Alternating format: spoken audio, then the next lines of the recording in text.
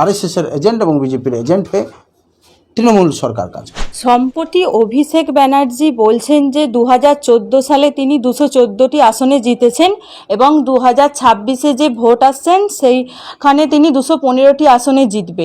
এটা কি তাহলে বিজেপিকে টার্গেট না করে নওশাদ সিদ্দিকীর ভোটের দিকে টার্গেট করছেন তৃণমূল? কি বলবেন?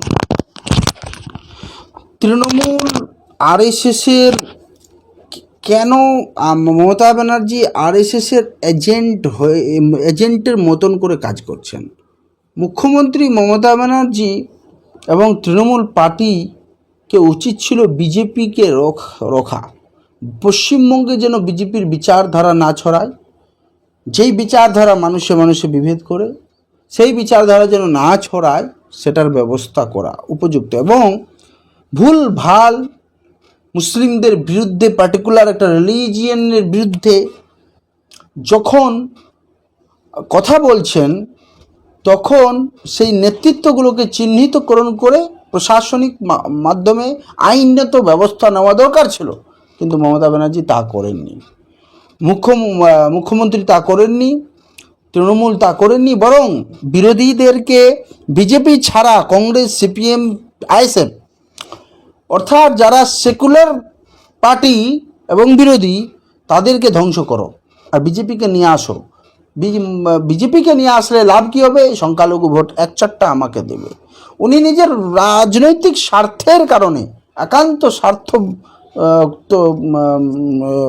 স্বার্থকে পূরণ করার জন্য উনি কিন্তু পশ্চিমবঙ্গের আবহাওয়া, পশ্চিমবঙ্গের সাম্প্রদায়িক সম্প্রীতির পরিবেশকে নষ্ট করে দিচ্ছেন।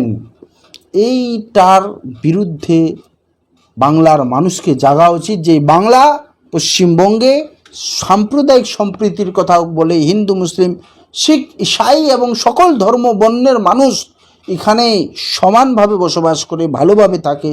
সেই সম্প্রীতিটা যেন নষ্ট না হয় তার ব্যবস্থা করা উচিত ছিল, কিন্তু তা না করে শেষ করে দিচ্ছে, ধ্বংস করে দিচ্ছে। এবং আরএসএসের এজেন্ট এবং বিজেপির এজেন্ট হয়ে তৃণমূল সরকার কাজ করছে। তৃণমূল মুসলমানদেরকে প্রতিশ্রুতি ভঙ্গ করেছে, আর কিছুই করেনি। সংখ্যালঘুদের উন্নয়ন কি করেছেন উনি? তৃণমূল শুধু মুসলমানদেরকে দুধের গায়ে, মমতা ব্যানার্জি যেটা নিজেই বলেছেন যে আমি একে লাথি খেতে হয়, কিন্তু দুধ দেওয়া গায়ে তো দুধ দেওয়া গায়ে হিসাবে ইউজ করে যাচ্ছেন, কিন্তু সংখ্যালঘুদের জন্য কোনো কাজ করছে না, সংখ্যালঘুদের উন্নয়নে কোনো কাজ করছে না, তাদের প্রতিনিধিত্ব, রাজনৈতিক রিপ্রেজেন্টেটিভ এগুলো করছেন না। কোর কমিটি যদি একটা এত বড় সম্প্রদায়কে বঞ্চিত রাখে, এর থেকে দুঃখের বিষয় কী হবে? এটা নিন্দনীয়, আমি নিন্দা জানাই। কর কমিটি থেকে বাদ দেওয়া হলো আরাবুলকে, তাহলে কি এবার কি বলবেন? আরাবুলের ব্যাপারে আমি বলতে পারছি না ও কি ডিসিশনে বাদ দিয়েছে। আরাবুলের ফেস বা আরাবুলের যেরকম আমরা শুনেছি, আমি জানি না আসলে কি কেমন নেতা, তো তার ব্যাপারে কি শওকত মোল্লাকেও ছাঁটাই করে দেওয়া হচ্ছে আরাবুলের পরে তৃণমূল থেকে? সেই শওকত মোল্লা জবাব দেবে, ঠিক আছে। তৃণমূলে কিছু মুসলিমরা তৃণমূল পার্টি করে ঠিকই, কিন্তু নিজের চেহারাগুলো গুন্ডাতে পরিণত কেন করে দেয় আমি বুঝে উঠতে পারি না। তুমি মানুষের হিতৈষী হও, লোকের ভালো করো, নিজেকে গুন্ডা হিসাবে তোমাকে তৃণমূল ইউজ করছে কেন? তোমার চরিত্রটাকে ওই মুক্তার আনসারি যেমন উত্তরপ্রদেশে দেখানো হতো, ওইরকম গুন্ডা হিসাবে তোমাকে দেখানো হচ্ছে কেন? এটা তোমাকে ধ্যান দিতে হবে। তোমার ছবিটাকে ঠিক করো, তৃণমূল পার্টি করো, ওর ছবিটাকে ঠিক করো, নিজের ছবিটা ঠিক করো, ভদ্র ছবি রাখো, মানুষের জন্য কাজ করো, irrespective caste, religion and language. তাহলে 2026-এ ভোট গণনাতে কি হতে চলেছে, আপনি কি মতামত দিতে চান? দেখুন, 26-এ মানুষ যা চাইবে তাই হবে। আমি কোনো মতামত এই বিষয়ে বলতে চাইছি না।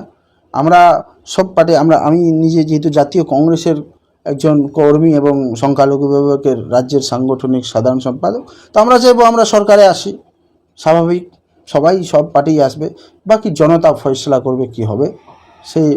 আপনারা সবচেয়ে বেশি ভালো, আপনারা সাংবাদিক, মিডিয়া, আপনারা সার্ভে করবেন, সার্ভে দেখব, তারপরে আমরা বুঝতে পারবো। আমরা আমাদের কাজ করব যে আমরা সরকারে আসব বা সরকার করার চেষ্টা করব, এটাই আমাদের উদ্দেশ্য থাকবে। বাকি কি হবে সেটা বাংলার জনগণ সিদ্ধান্ত নেবেন।